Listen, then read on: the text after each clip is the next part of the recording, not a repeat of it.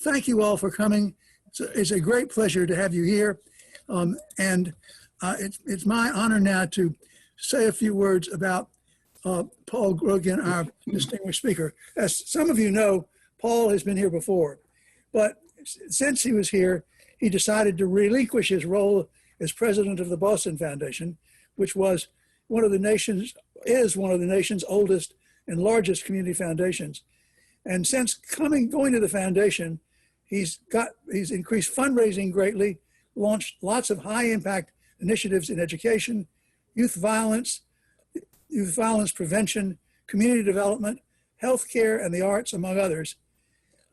Under Paul's leadership, the foundation really has emerged as a highly influential civic convener on issues and challenges facing the city of Boston and the region. He joined the foundation from Harvard University, where he was vice president for government, community, and public affairs. In 2001, Paul co-founded CEO for Cities, a civic innovation lab and network of urban leaders and change agents from diverse sectors. Prior to 1998, he was president and CEO of the Local Initiative Support Corporation, known as LISC, where he raised and invested over $3 billion in inner cities across America. He also wrote a book called Comeback Cities. His passion for cities began in Boston, working in the administrations of mayors Kevin White and Raymond Flynn, and he headed Boston's neighborhood revitalization efforts in the 1980s, where he helped pioneer a series of public-private ventures that have been emulated nationally. So let me welcome all the guests and welcome Paul. And I'd like now to, Paul is going to introduce, he brought with him James Rooney, who is a senior fellow at the Boston Foundation. And Jim is going to be presenting along with Paul. So welcome both of you. And I'd like now to turn over the floor to Paul and Jim. Greetings to you, my friend, and welcome to all of you for being here. The quality of this group is a little daunting, I have to tell you, but I hope we can have some fun. And Joel, we're honored to be the first one of these programs in a new format, although you've picked possibly the least savvy technical person in me to help with this. So I'll be drawing on all sorts of help in the course of this, I'm sure. I'm sure that I'm less savvy in tech things than you are, but nonetheless, I have a great assistant who's very savvy on these things. Indeed. By the name of Cassie. Well, we're delighted to be here. Each of my visits here has been just a wonderful experience. I suppose we'd, if we had our druthers, things would be finer in Carolina. I feel a little deprived of just not having that opportunity to go down to Duke and be with you there. But I'm awfully glad that you've salvaged this important program and are going to keep the ideas flowing on public policy in cities and so forth.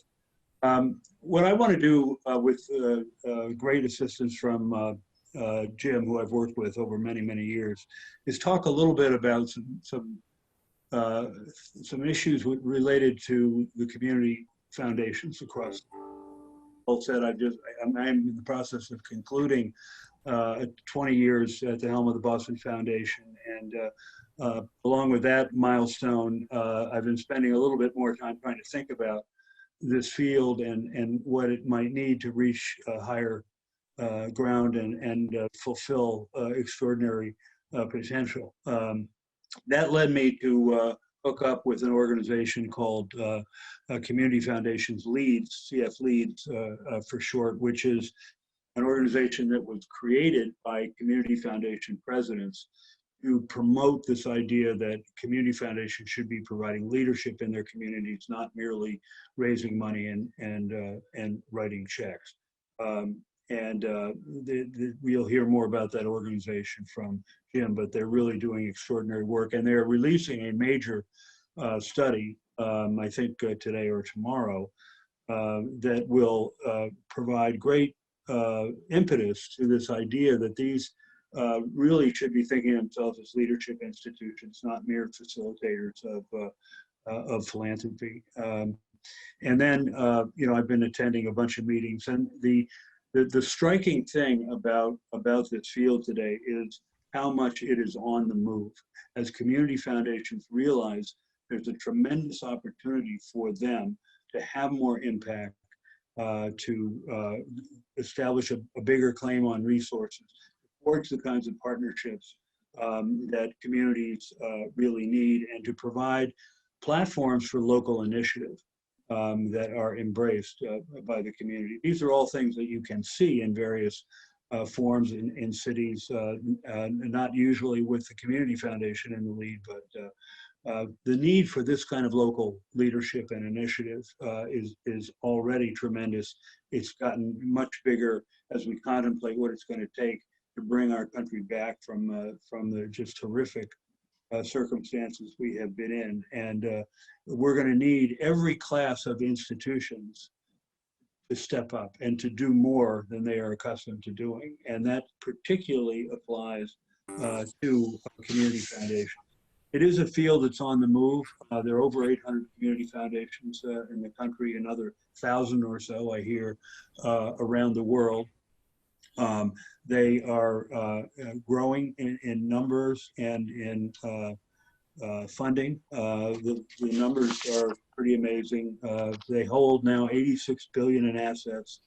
Last year they received 10.5 billion in gifts, and they awarded 9 billion in grants to nonprofit organizations. And each of those totals is up over 50% since 2009. So clearly there's something going on here in terms of looking at these institutions more ambitiously. Community foundations have a very interesting heritage. They were founded around the turn of the last century. Cleveland Foundation was the first, followed quickly by a bunch of others, including the Boston Foundation. So the oldest institutions in this family are more than 100 years old. And one of the great pleasures I had during my presidency was that our 100th arrived, and we really made quite a thing of it. It was really, but it was an exciting opportunity to teach people about these institutions and what they have contributed, which community foundations aren't very good at telling their story or what they've accomplished. Just to give you an example of that, one of the things we did was a pretty deep dive into the history of the foundation, given its antiquity and so forth. And one of the things that we began to realize as we went through this is that in an astonishing number of occasions, the Boston Foundation provided seed capital, startup capital, for a nonprofit organization that represented a new idea, and those organizations went on to great things. And it wasn't just in one field. It was in education and health and economic development and arts and culture and youth development.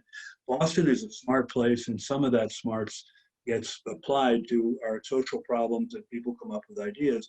And somebody at the Boston Foundation early on understood that it's an innovative place, and said, we've got to be ready to support ideas that aren't proven, but that we need to try. And that got, they got a very interesting process going of, and as I said, we enjoy the happy parenthood of just an amazing number of institutions. But nobody in Boston at that point knew that or remembered it if they had known it. So we built our centennial around what we called There at the Beginning. And this whole theme that of the many things the foundation has done, what's been of particular value is it's one of the few open windows for funding in our city. Everybody's got their guidelines and their priorities. And one of the things that distinguishes community foundations, or should, is that they are an open door, an open window that smart people with ideas can come in, get a little help and see what's there. And it's just an amazingly, but they just didn't know. But it's part of the case for why these institutions are so important, and they could do even more. The attributes of these institutions are very important, because again, it represents a distinctiveness. And first of all, they're all local, they're all permanent. They have a broad community betterment mission, not a narrow one. They are independent, governed by independent boards, and they are public charities, which give them considerable latitude to be involved in the public policy process. And what's interesting in terms of the flow of philanthropy here is, at the time the first community foundations formed, it was largely a response to immigration. In fact, my own view is, had immigration not occurred, or occurred in such volume during that period, astonishing period, 1880 to 1920, community foundations probably would not have formed, along with a lot of other institutions that formed in response to the radical immigration and industrialization that was going on at that time. And part of the reaction to that, in addition to the creating of boys' clubs and YMCAs and establishing compulsory education, was another thing, a profound thing that happened during that period. There were some folks at trust banks around the country who had this idea that charitable contributions could actually be more than helping someone in need and immediate distress. The funds could be used to raise larger questions about how things were going and what problems we were having. And Cleveland, again, was instrumental. The guy who you might remember, Joe, the extraordinary attorney and businessman who came up with the Cleveland Foundation idea. But I've read a lot of what he wrote about it, and that was it. He had a broad, expansive vision of what these institutions do, including affecting public policy. So it's an interesting story, and what's happening now, in part, you can see, is a revival of that Cleveland, of what started in Cleveland, but we kind of got away from that. And of those 800 community foundations that I mentioned, a relatively small number are either trying to be or are leaders in their community, but they could be. And that's really what Jim and I are arguing in some work we're doing around the country, is that in this context of we're all going to have to do more, let's look at institutions which clearly could do more. Look at the attributes of these institutions. They have some infrastructure, they have some funding, they have legitimacy in their communities, they can forge relationships. I mean, it's a formidable list of attributes that most other institutions don't have, that if it's exercised, gives these institutions an opportunity to do more and to define their roles as change makers, not just grant makers. And it's awfully seductive. I mean, when I got into this 20 years ago, I was appalled at the content of the meetings that would be held, because everybody was talking about assets, donor advised funds, competing with Fidelity, and there was virtually no conversation. Well, what are we here to do? But starting about 10 years ago, a little longer, but this trend began to develop, very, very small initially, of saying, you know, we've got these attributes, we could be making a larger difference than we are, but it's going to require some things. It's going to require us to have some new ambitions that we haven't had. It's going to require us to expand the mission and activities beyond aiding donors and raising assets. And it's going to require foundations to have a much more public face. And foundations have been either shy or inept about promoting themselves. I remember one of my directors in the early going at the Boston Foundation, we were looking at all this. And he said, you know, if we want to assemble resources and have influence, how does it help us that nobody knows what we're doing? And that was the case in Boston, and it's clearly the case in many other communities where there's been this reluctance to promote. But without promotion, the opportunities, the potential that exists there will remain potential and not be acted on. One of the great things that's happened in this last 10 to 15 years is that there has been, by some foundations, they have put on a demonstration of what this is all about. What shorthand civic leadership, what that's all about, what its potential is, and what it means for the conduct of these institutions, and what they talk about and what they prioritize. And the institutions that have taken these steps, that have moved the farthest in this direction, it's been a tremendous winner. And the word is getting out, and that's why it's kind of a big theme now in the whole field. This organization, CF Leads, did a survey of foundation presidents. They had a tremendous response, hundreds of responses, and they were asked the question, what's your top priority? And civic leadership came in number one, beating education, beating housing, any homelessness, whatever else, because there's an understanding that's growing that we don't need just a great program on education. We need an entity, an intermediary that can help us understand what's working and what isn't, recruit, support, raise money, et cetera. And that they have done that, and it has allowed these institutions to take on much broader function. And the reviews are incredible. And in this survey, 75% of the presidents said that civic leadership would be their highest priority going forward. So there's something going on here that is really very exciting because of what's already in place. Just to have that there, that infrastructure, and on top of that infrastructure and localness and relationships, that there's now this ambition that didn't used to be there to really broaden the mission and have fun doing it. The pandemic has provided approximate of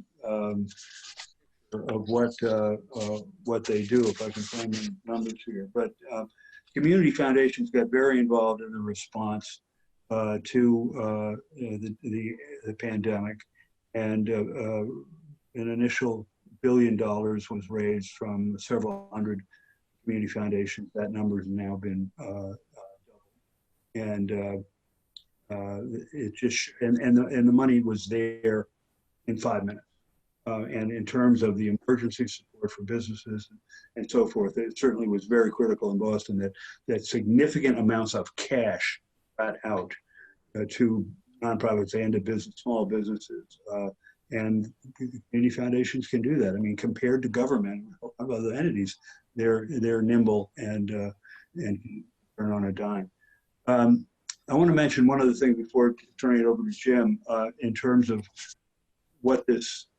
If we agree that this would be great, if we could take a significant number of those 800 community foundations and help them convert into the kind of institutions that do exist but are small in numbers still, I think this would be a nationally very significant thing that is happening, and equipping communities with a capacity and the kind of savvy and smarts to make these powerful, influential entities and influences, the conscious mobilization of influence on the part of these community foundations. It's got to be part of the picture. We've done that in our own way with pretty dramatic results. A couple of things to close. One is, it comes back to money in some form or fashion. Everything does. What is the big impediment, financial impediment to having happened what I'm calling for? Is the lack of flexible resources at the foundation. The fact that very few of the 800 institutions out there have flexible capital. And so it is very, very, and they've got donors who are wedded to programmatic gifts that they want to specify. So the kind of mobilization or initiative taking that I think is, should be the future of these institutions, is very constrained right now because of the lack of resources. And so if a group of funders on the national level were to get serious about this, that would have to be one thing that was addressed. How do we get these institutions more capital, accountability, and what structures do we need to do to get that? So that's a very important point, and we'd like to make this, in addition to focus on community foundations, to focus on the crying need in all settings for flexible or unrestricted capital. We've just been so blind about that, and there's so much that's less than it could be had they been given the resources. And finally, just a word about public policy. One of the things that has made this most powerful, certainly in Boston and the other places, is a willingness to engage with the public. And a lot of community foundations don't want to do that. Their trustees are nervous about that. They don't want to get tainted with politics. But I think we and others have shown that by robustly maintaining your nonpartisan status and doing things that evidence that you can build good working relationships with folks of either party and get things done for your community. And that requires a skill set too, that you've got to think about your staffing differently. But when we were talking about this stuff at my beginning, we couldn't think of an issue that didn't require the public sector to make progress. And so for foundations to eschew ever dealing with the government is a kind of way to marginalize yourself. And we have just had a huge impact. And if you position yourself right, the foundation can be incredibly influential, thought of as a thought leader, as a data provider, as a convener. These are things that communities really, if our example is any indication at all. So I think, at this low moment for our country, as we think about how are we going to rebuild and how are we going to catalyze the broad array of public, private, and nonprofit institutions that are going to rebuild this country and extend the kind of opportunity we haven't. Let's look at these 800 community development, community foundations as something extremely unrealized or only partially realized, but just the potential is over the moon. Jim Rooney has been working with me for years at LISC, at the CEOs for Cities, and now at the Boston Foundation. I want to turn things over to him. Thank you, Paul, and thanks all of you for joining us. Paul and I first worked together when Paul was at Harvard. I had a similar role as head of government community affairs at Brown University, and our schools belong to what's known as the Council for the Advancement and Support for Education, the acronym of which is CASE. And we used to say that it actually stood for copy and steal everything.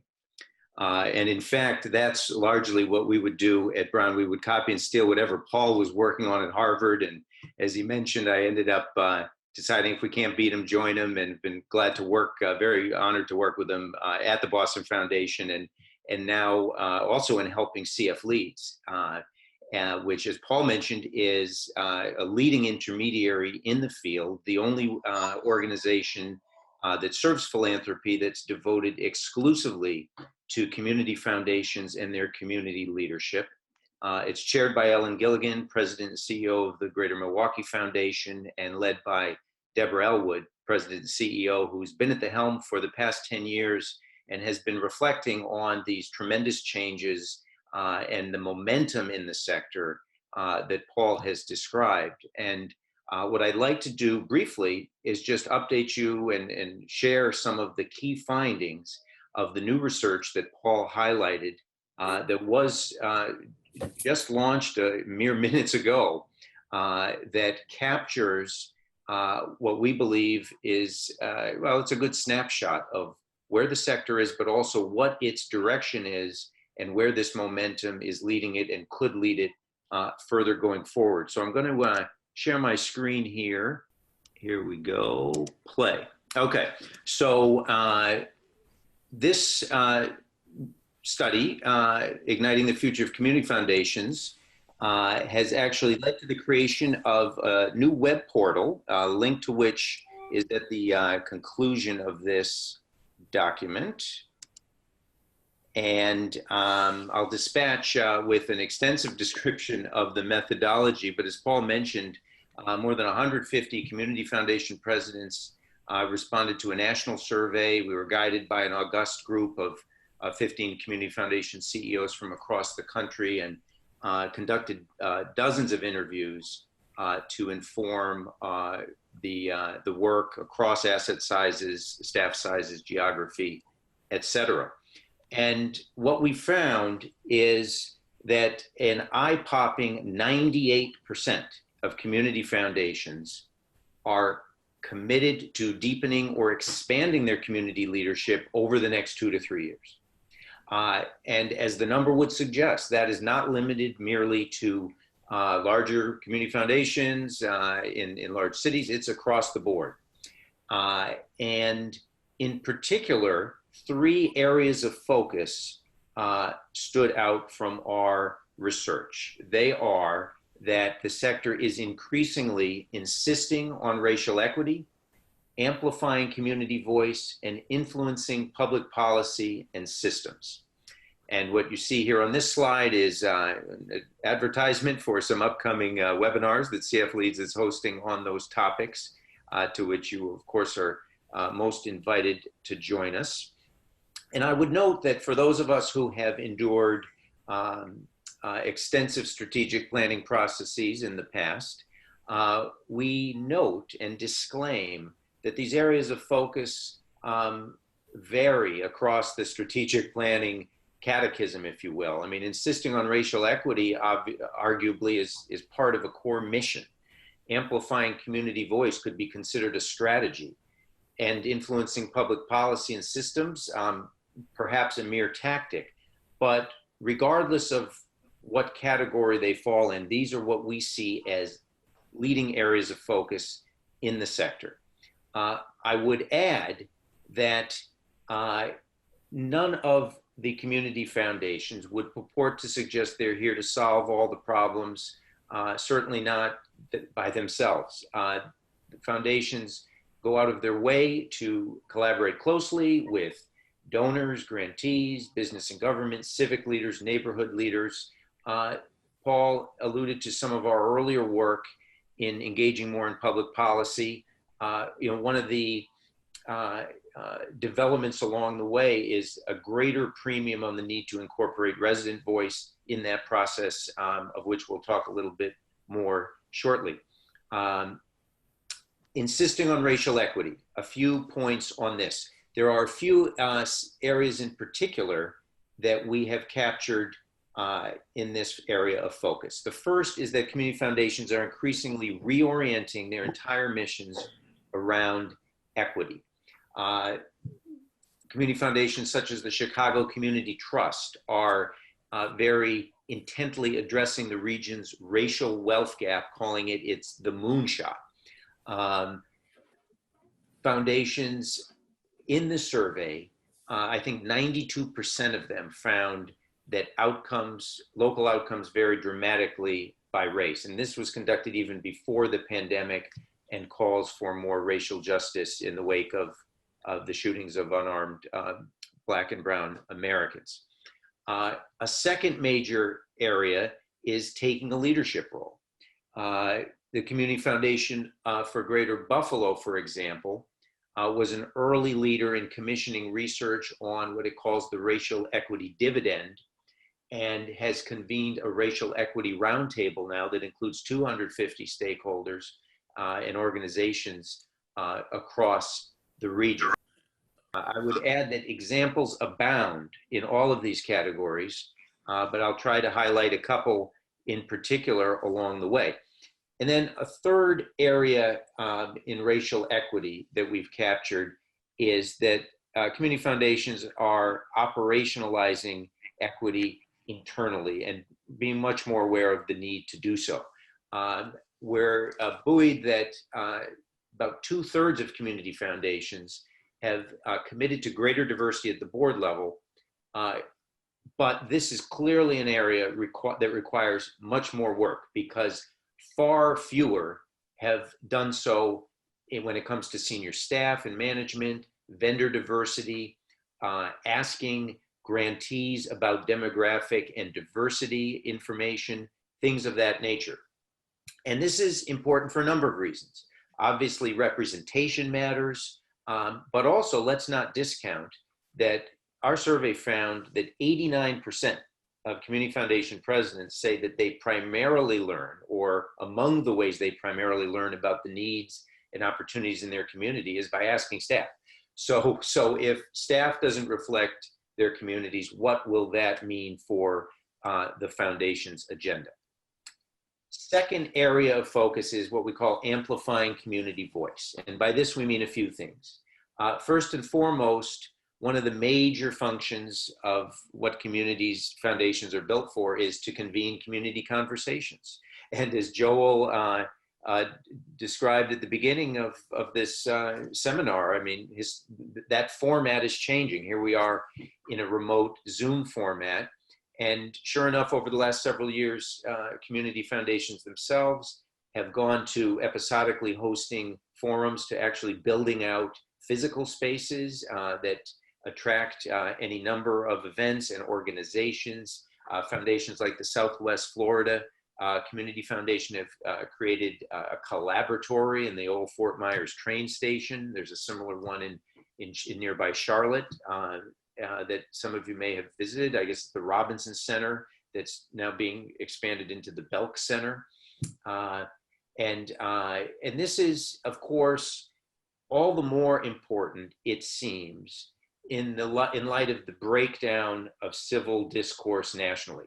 One of the things that survey respondents bemoaned was the political polarization at the national level, which fortunately did not come through in the results or the survey responses as an issue at the local level. And some have opined that, well, that's because locally folks know each other, they have to work together.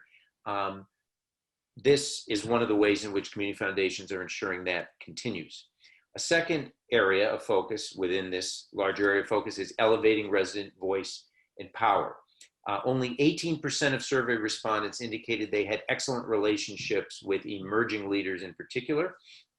And we see a lot of foundations like Innovia, which is based in Spokane, which is creating local leadership councils to drive authority down and ensure it captures local voice beyond mere representation.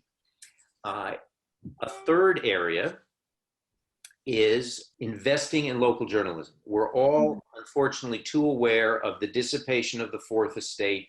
I read a statistic recently that half of all local journalists have disappeared in the last decade or so, 15 years or so.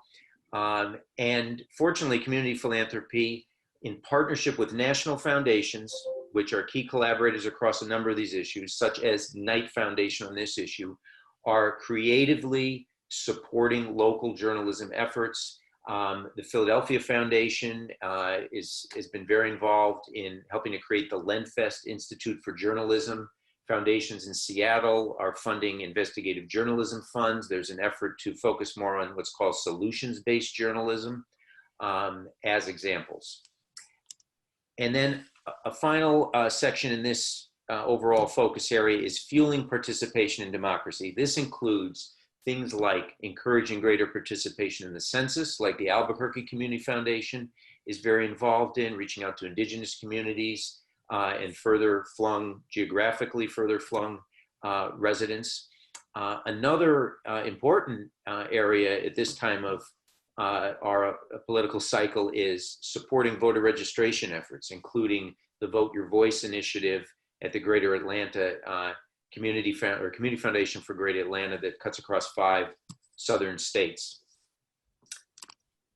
Our final area of focus that we have captured is influencing public policy and systems. And this includes, first and foremost, commissioning and sharing local data.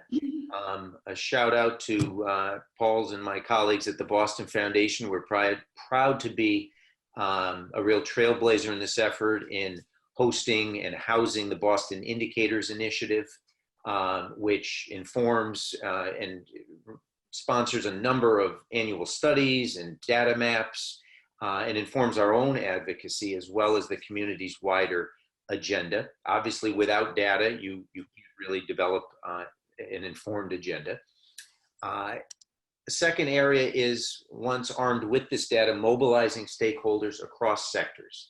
An example is Greater Milwaukee Foundation's mobilizing of a civic response team in the wake of the pandemic that's bringing together folks from across sectors to not just provide immediate relief, but help address systemic issues that have only been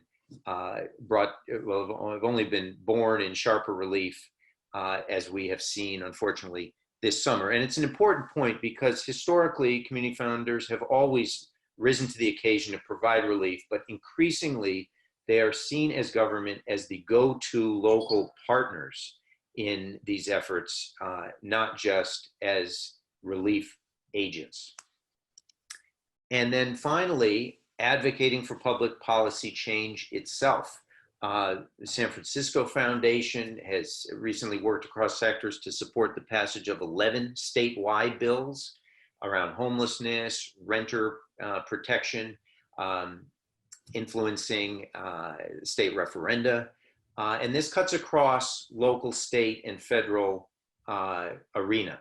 In Puerto Rico, the local community foundation is very involved in informing new ways of creating water infrastructure with the federal government. And obviously at the local level, there are any number of partnerships with city halls and the like. Our friends in New Hampshire are also very involved in setting healthcare policy and creating new programs in this area.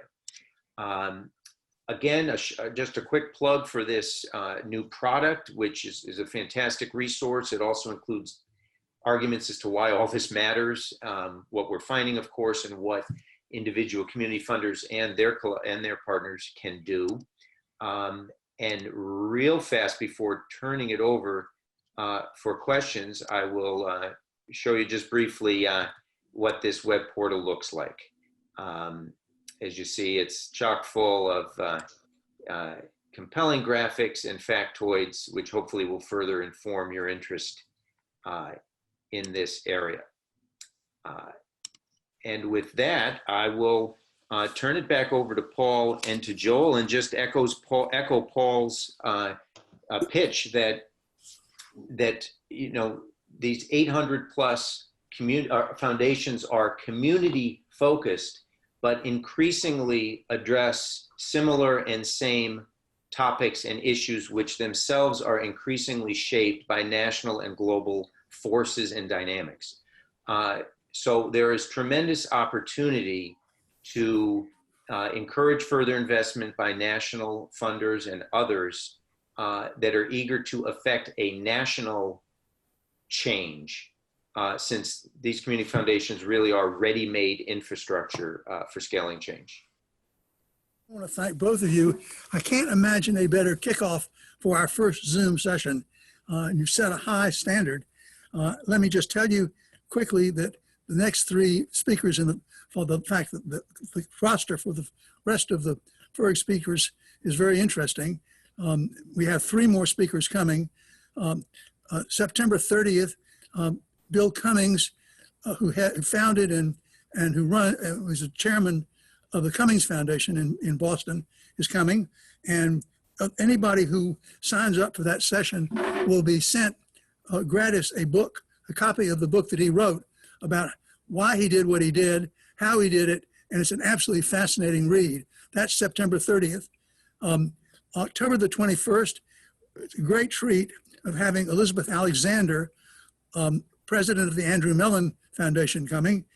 She is a former professor at Yale and poet, and when she took over after a year of being in the job of running the Mellon Foundation, she announced that it was going to focus all of the programs of the foundation on the issues of racism and the structural racism in the country.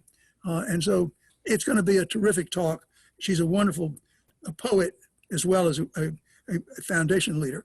And finally, on November the 18th, we have Nancy Rube, who is the president of the Edna McConnell Clark Foundation. And Nancy is the one who really has led the way in developing partnerships between the Clark Foundation and a number of individual donors and foundations in creating programs that are policy-oriented